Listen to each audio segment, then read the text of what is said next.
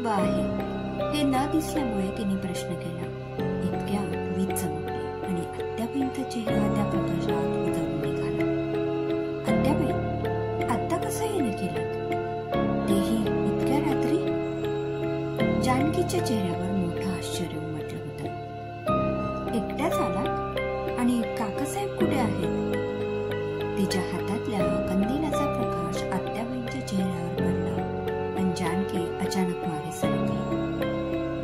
त्यांचा चेहरा पाहून भीतीने तिच्या पोटात गोळा आला.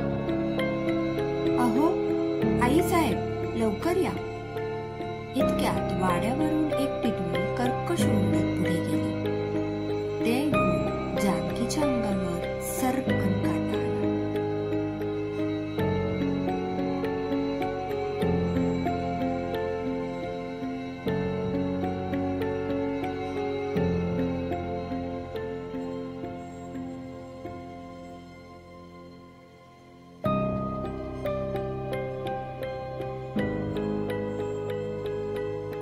यमुने, आत ये. सुनबाई, आधी पाणी घेऊन या. पाणी नको दादा, ती दागिन्यांची थैली आधी आत ठेवा. कोणाच्या नजरेस पडू नये म्हणून कशी बशी जपून आणली आहे. तुम्ही लग्नात मला घातलेलं श्रीधन आहे ते, आणि याबद्दल एक अवाक्षर कुठेही बोलू नका. आत्याबाई, इतक्या रात्रीच्या आलात कशा? जानकी न राहून म्हणाली. तिची नजर सारखी आत्याबाईंच्या बेसूत दिसणाऱ्या चेहऱ्याकडे जात होती.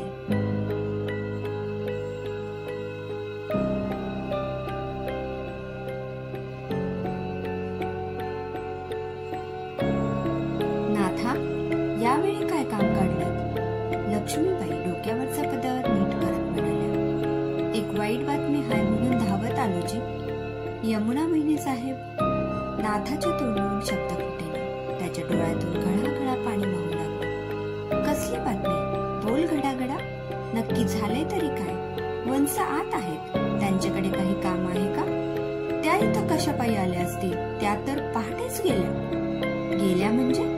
लक्ष्मीबाई न समजून म्हणाल्या. जीव दिला त्यांनी, जीव.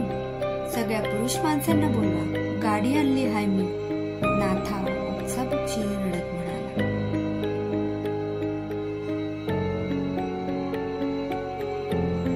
अहो, नाथा काय म्हणतोय बघा.